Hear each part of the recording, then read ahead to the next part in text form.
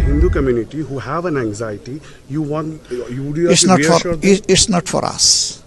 It was previously, but we want to draw the end of the previous history, and we'll work together, we'll move together. When if Jamaat comes to power, then what will you harp on Bangladeshi identity?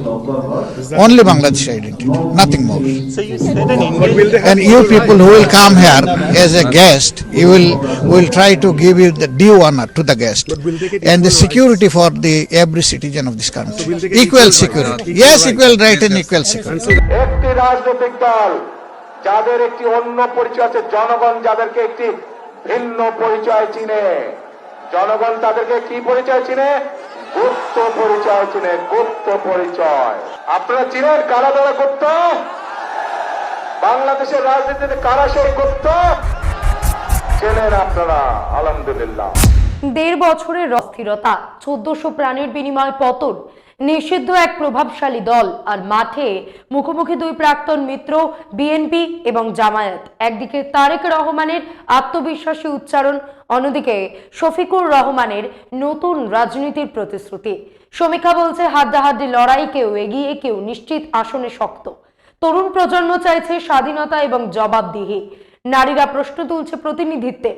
আন্তর্জাতিক মহল তাকিয়ে, প্রতিবেশী কূটনীতি নজর রাখছে, আর 12,70,00,000 voter প্রস্তুত ইতিহাস লিখতে। এ শুধু সরকার গঠনের নির্বাচন নয়, এ এক রাষ্ট্র দর্শনের রায়। কাল ব্যালট বক্সে পড়বে কেবল ভোট নয়, পড়বে বাংলাদেশের আগামী পথ চলার দিক নির্দেশ। ক্ষমতার মসনদে বসবে কে, আর বাংলাদেশের ভবিষ্যৎ বাঁক নেবে কোন দিকে? নমস্কার, আমি মধুরিমা ভৌমিক, আর দৈনিক সংবাদ অনলাইনে আপনারা দেখছেন সত্যি আসলে বেদনাদায়ক। We need at the moment in the country is peace, stability. To bring stability, we need peace. So that's why personally I believe that revenge will not bring us anything good. Rather, it will destroy many things. ১.৫ বছর আগে তুমুল বিক্ষোভের মুখে নির্বাচিত প্রধানমন্ত্রীকে দেশ ছেড়ে পালাতে বাধ্য হওয়ার পর বাংলাদেশ অস্থিরতার অতলে ডুবে গেছিল। এদিকে আজ রাত পেরোলেই কাল 12 ফেব্রুয়ারি বাংলাদেশের 12,70,00,000 ভোটার অবশেষে নিজেদের পছন্দের সরকার বেছে নিতে ভোট দিতে বেরোবেন। রাস্তাঘাট একেবারে ঈদের মতন উৎসবের মেজাজ। শেখ হাসিনার পতনের পর এটাই বাংলাদেশের প্রথম নির্বাচন। এবারের ভোটে আওয়ামী লীগ নিষিদ্ধ পার্টি। ৩০০ আসনের বাংলাদেশ সংসদের জন্য ভোটের ময়দানে লড়ছেন ১,৯৮১ জন প্রার্থী, যার মধ্যে ২৪৯ জন নির্দল প্রার্থী। বিএনপি জয় নিয়ে আত্মবিশ্বাসী, অন্যদিকে জামায়াত শান্তিপূর্ণ ভোট এবং ভোটারের উপস্থিতি বাড়ানোর উপর জোর দিচ্ছে। ২০০৮ সালের পর প্রথমবারের মতন একটি নিরপেক্ষ প্রশাসনের অধীনে এবারের বাংলাদেশের নির্বাচন অনুষ্ঠিত হচ্ছে। প্রায় ১৪০০ প্রাণের বিনিময় শেখ হাসিনা সরকারের পতন ঘটানো জুলাই গণ অভ্যুত্থানের চূড়ান্ত অধ্যায় হিসেবেও দেখা হচ্ছে এই নির্বাচনকে। আগামীকালের ভোটের সঙ্গে জুলাই সনদ নিয়ে গণভোট অনুষ্ঠিত হবে। গতকাল সন্ধ্যায় জাতির উদ্দেশ্যে দেওয়া ভাষণে প্রধান উপদেষ্টা মোহাম্মদ ইউনূস রাজনৈতিক দলগুলোকে ফলাফল যাই হোক না কেন তা মেনে নেওয়ার আহ্বান জানান। ইউনূস বলেন, নির্বাচনের পর সবাই মিলে একটি নতুন ন্যায়ভিত্তিক গণতান্ত্রিক এবং অন্তর্ভুক্তিমূলক বাংলাদেশ গড়ার কাজে আত্মনিয়োগ করুন। বাংলাদেশ সংসদে ৩০০ আসনের মধ্যে কাল ২৯৯টি আসনে ভোট গ্রহণ হবে। বিএনপি ২৯৯ জন প্রার্থী দিয়েছে। তাদের নিকটতম প্রতিদ্বন্দ্বী জামায়াত ইসলামী ২২৯ জনকে প্রার্থী করেছে। বাংলাদেশের এই ত্রয়োদশ জাতীয় নির্বাচনে নিষিদ্ধ আওয়ামী লীগ। ফলে ক্ষমতার লড়াই দ্বিমুখী, মানে আরো তীব্র। আগে মূল লড়াই থাকতো আওয়ামী লীগ বনাম বাংলাদেশ জাতীয়তাবাদী পার্টি বা বিএনপির মধ্যে। বিএনপির নির্বাচনী দোসর থাকতো জামায়াতে ইসলামী। এবার ঠিক উল্টো, বিএনপি এবার লড়ছে জামাতের বিরুদ্ধে। বিএনপি প্রধান তারেক রহমান স্পষ্ট জানিয়ে দিয়েছেন, তার দল জিতলে জামায়াত সরকারেই থাকবে না। তারেক রহমান বলছেন, রাজনৈতিক প্রতিপক্ষকে নিয়ে আমি কিভাবে সরকার গঠন করব? তাহলে বিরোধী দলে থাকবে কে?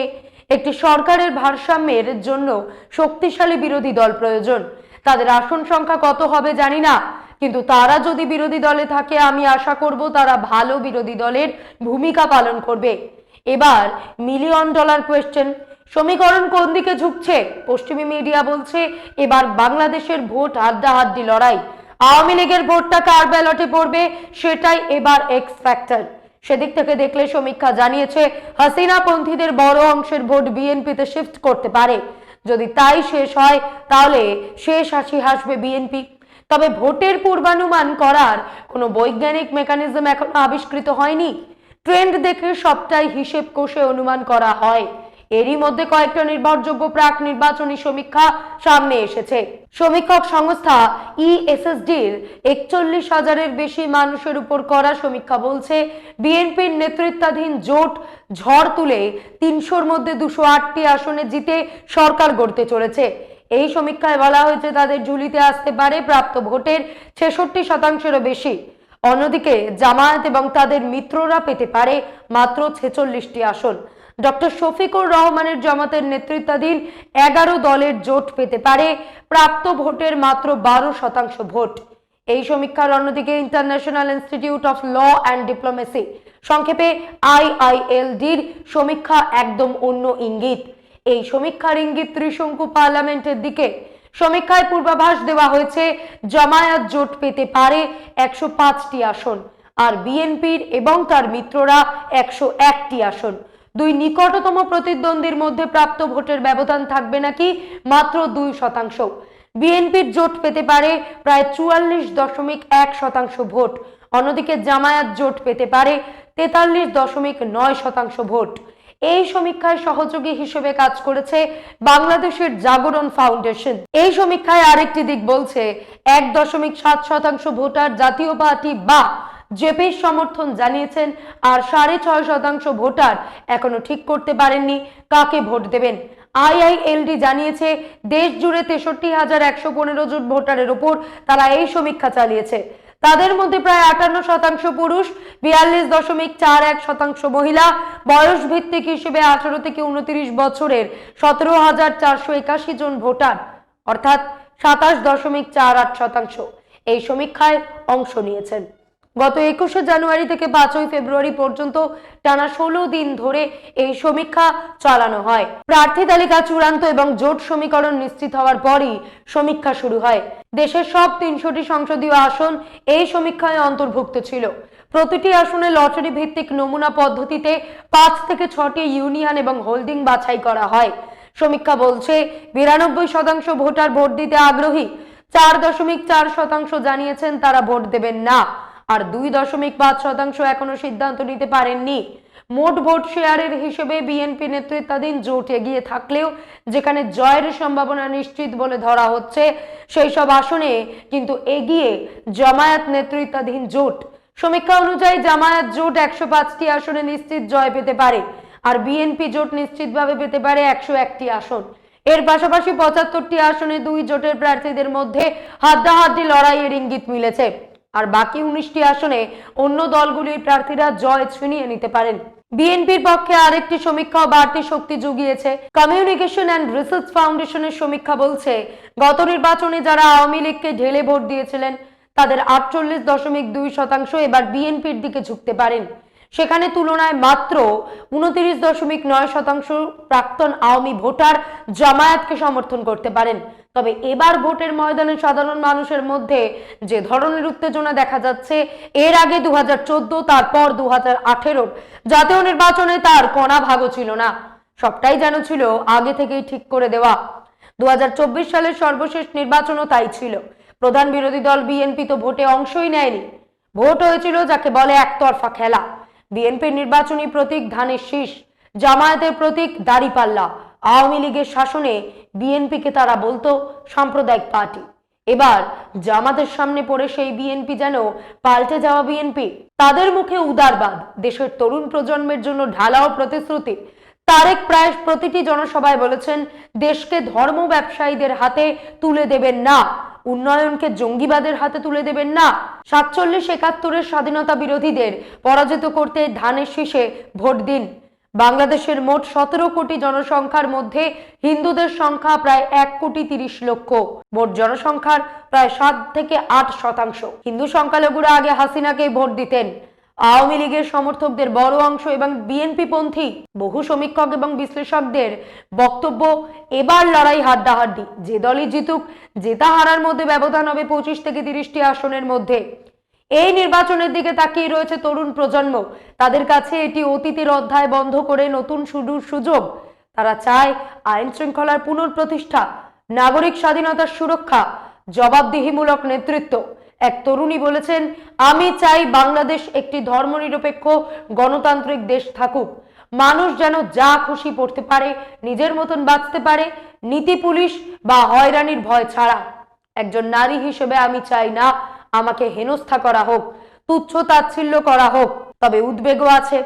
যে দেশ দুই শক্তিশালী নারী প্রধানমন্ত্রী শেখ হাসিনা এবং প্রয়াত খালেদা জিয়াকে দেখেছে, সেখানে এবার নারী প্রার্থীর অংশগ্রহণ মাত্র 4%। অথচ 24শে জুলাই বিপ্লবে নারীরা খুবই সক্রিয় ছিলেন।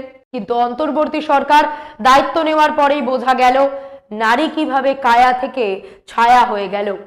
সরকারের দেশ বাঁচানোর কমিশনের মতামত প্রদান অনুষ্ঠানে ক্রমশই অদৃশ্য হয়ে যেতে থাকলেন রাজপথে আন্দোলনকারী নারীরা। সত্যি আশ্চর্যের বিষয় যে বাংলাদেশ দীর্ঘ বছর ধরে দুই নারী প্রধানমন্ত্রীর নেতৃত্বে শাসিত হয়েছে, সেই দেশে আজ ভোটের ময়দানে নারী প্রার্থীর সংখ্যা মাত্র 4%। গতকাল জাতির উদ্দেশ্যে দেওয়া ভাষণে মোহাম্মদ ইউনূস বলেছেন, আপনার ভোট শুধু একটি সরকারি গঠন করবে না, 17 বছরের নীরবতার জবাব দেবে। অথচ নির্বাচনের ময়দানে মহিলারা কার্যত না থাকার মতন। অন্তর্বর্তী সরকারের প্রধান, যাকে ঐতিহাসিক নির্বাচন বলছেন, সেই গুরুত্বপূর্ণ নির্বাচনে নারীদের এত কম অংশগ্রহণ সমাজের সেই চিরচেনা পিতৃতান্ত্রিক রূপটাকেই তুলে ধরছে। নির্বাচন কমিশন বলছে মোট 2568 জন প্রার্থী মনোনয়নপত্র জমা দিয়েছেন এবং তাদের মধ্যে নারী প্রার্থী মাত্র 109 জন। দেশের অর্ধেক জনসংখ্যা নারী, অথচ নারী প্রার্থীর সংখ্যা মাত্র 4%। এটা কি চরম ভারসাম্যহীন পরিস্থিতি নয়? সংসদ নির্বাচনে প্রতিদ্বন্দ্বী 51টি রাজনৈতিক দলের মধ্যে 30টির কোনো নারী প্রার্থী নেই। বাংলাদেশের এবারের আসল লড়াই শুধু আসন সংখ্যার নয়, রাষ্ট্রের চরিত্র, গণতন্ত্রের মানদণ্ড আর ভবিষ্যতের দিক নির্দেশ দিয়েই এখন পরীক্ষা। এদিকে আন্তর্জাতিক সংবাদ সংস্থা রয়টার্সের খবর, পশ্চিমী মিডিয়া এই নির্বাচনকে জেনজি প্রভাবিত প্রতিযোগিতামূলক নির্বাচন বলে বর্ণনা করছে। রয়টার্সের নিজস্ব সমীক্ষায় ইঙ্গিত, বিএনপির সরকার গঠনের সম্ভাবনা বেশি। অন্যদিকে চ্যাথম হাউস জানিয়েছে, বাংলাদেশ ভারতীয় প্রভাব বিরোধী জোটের উত্থান তুলে ধরেছে। তার মানে চ্যাথম বলতে চেয়েছে, ভারতের প্রভাব বিরোধী মানে জামায়াতে ইসলামীর জয়ের সম্ভাবনা বেশি উজ্জ্বল। এর আগেও জামায়াত বাংলাদেশের ভোটে লড়েছে, কখনো বিএনপির সঙ্গে জোট করে, কখনো একা। একা লড়ে 2টির বেশি আসন তারা পায়নি, আবার জোট করেও 29টি আসনের বেশি পায়নি। জুলাই অভ্যুত্থানের সময় যেসব ছাত্র সংগঠন সামনের সারিতে ছিল, তারা এবার প্রায় সকলে জামায়াতের সঙ্গে জোটবদ্ধ হয়েছে।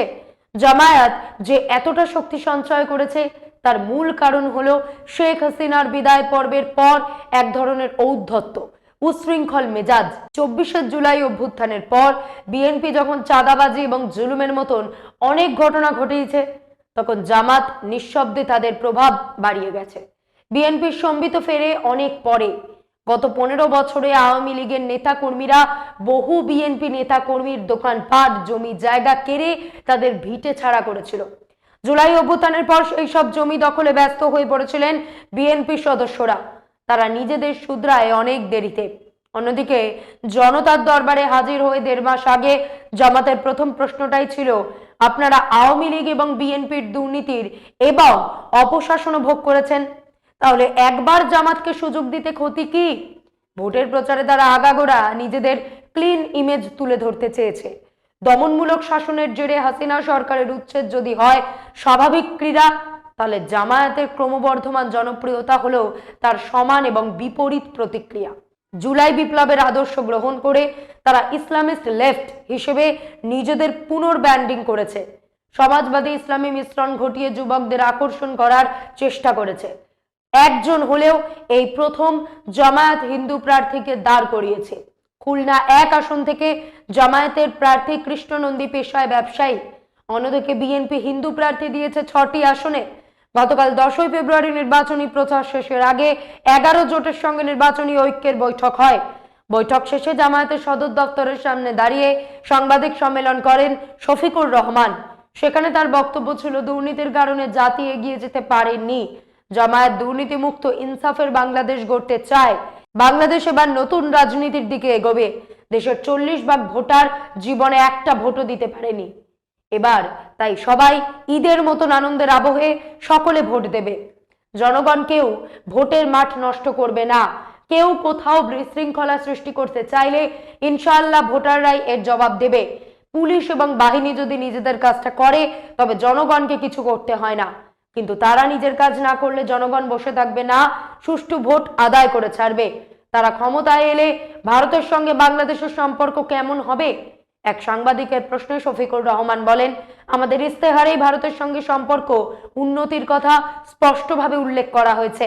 ডক্টর শফিকুর রহমান বলেন, ভারত আমাদের বৃহৎ প্রতিবেশী শুধু নয়, উন্নয়নের অংশীদারও বটে। আমরা সম্মান এবং মর্যাদার সঙ্গে সব দেশের সঙ্গে কাজ করতে চাই যে ভারতের সঙ্গে দ্বিপাক্ষিক যে সমস্যার জায়গা রয়েছে সেগুলির সমাধান করা হোক। অন্তর্বর্তীকালীন সরকারের সুযোগ ছিল না, কিন্তু এবারের ভোটে জিতে যে সরকার গঠিত হবে তার সেই সুযোগ থাকবে। পরিস্থিতি আসলে রাজনীতির ভাষ্যকার। কোন খেলা যে খেলবো, কখন, কিভাবে খেলবো, সেটাই রাজনীতির দক্ষতা।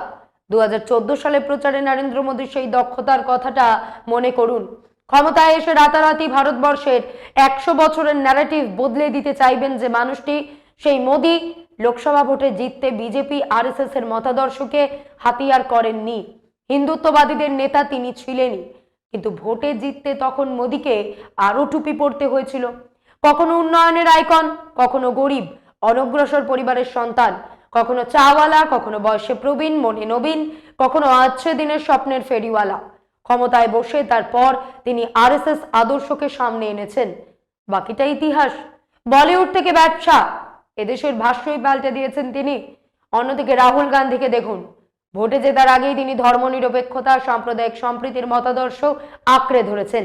নরেন্দ্র মোদীকে যে তার নিজের খেলায় হারানো কেবল কঠিন নয়, একেবারে অসম্ভব, এটা রাহুল এখনো বুঝে উঠতে পারেননি।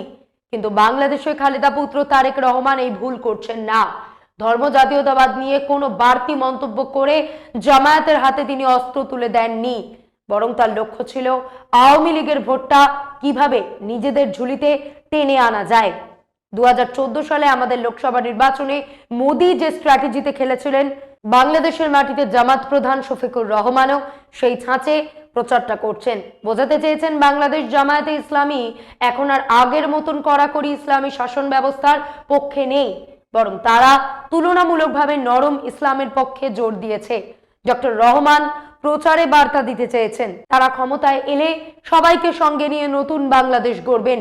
বাংলাদেশের রাজনৈতিক বিশ্লেষকরা বলছেন, জামাতের এই ভোট বদল আসলে বর্তমান রাজনৈতিক বাস্তবতার সঙ্গে খাপ খাইয়ে নেওয়ার জন্য একটি কৌশলগত পুনর্বিন্যাস। জামাত তাদের ইস্তেহারেও সরাসরি বা জোরালোভাবে শরিয়া আইন আরোপের কথা বলেননি, বরং ইসলামের মূল শিক্ষা যেমন সামাজিক ন্যায় বিচার, সমতা এবং মানবিক মর্যাদা, এই বিষয়গুলোর ওপর বেশি জোর দিয়েছেন। জাতীয়তাবাদ প্রচারের এই ধারাটা পাকিস্তান বা আফগানিস্তানের মতো নয়, বরং মালয়েশিয়া, ইন্দোনেশিয়া, তুরস্কের রাজনৈতিক ইসলামের চর্চার সঙ্গে বেশি মেলে। মালয়েশিয়া এবং ইন্দোনেশিয়ার মতন দেশে ইসলামী দলগুলো শরিয়া ভিত্তিক আইনি কাঠামোর চেয়ে ধর্মের নৈতিক এবং মানবিক দিককে বেশি গুরুত্ব দেয়। জামায়াত কৌশলে সেই পথ অনুসরণ করেছে। শুধুমাত্র কট্টর জাতীয়তাবাদে আঁকড়ে না থেকে একই সঙ্গে মানুষের দৈনন্দিন সমস্যার কথাও তুলে ধরেছেন প্রতিটি বক্তৃতায়। ক্ষমতায় বসার পর কি হবে সেটা সময় বলবে। 2024 নভেম্বরে মার্কিন প্রেসিডেন্ট নির্বাচনে ডোনাল্ড ট্রাম্পের মূল স্লোগান ছিল মেক আমেরিকা গ্রেট আগেইন। তার নীতি ছিল আমেরিকা ফার্স্ট। 2008 সাল থেকে লন্ডনে নির্বাসিত ছিলেন বেগম খালেদা জিয়ার ছেলে, আজকের বিএনপির সভাপতি তারেক রহমান। 17 বছর পর তিনি ক্রিসমাসে দেশে ফেরেন। জানুয়ারির 9 তারিখ তিনি বিএনপির চেয়ারম্যান নির্বাচিত হন। দীর্ঘ বছর পশ্চিমী সভ্যতার আলো বাতাসে কাটানো তারেক রহমানেরও এবার মূল স্লোগান সবার আগে বাংলাদেশ। শেষে এসে আবার বলছি, বাংলাদেশ এই মুহূর্তে ইতিহাসের দরজায় কড়া নাড়ছে। কালকের ভোট কেবল ক্ষমতার অঙ্ক কষবে না, এই ভোট ঠিক করবে বাংলাদেশ কোন সুরে নিজের ভবিষ্যৎ লিখবে। কাল মানুষ কেবল সরকার বেছে নেবে না, নির্বাচন করবে রাষ্ট্রের চরিত্র, গণতন্ত্রের মান আর আগামী প্রজন্মের সাহস।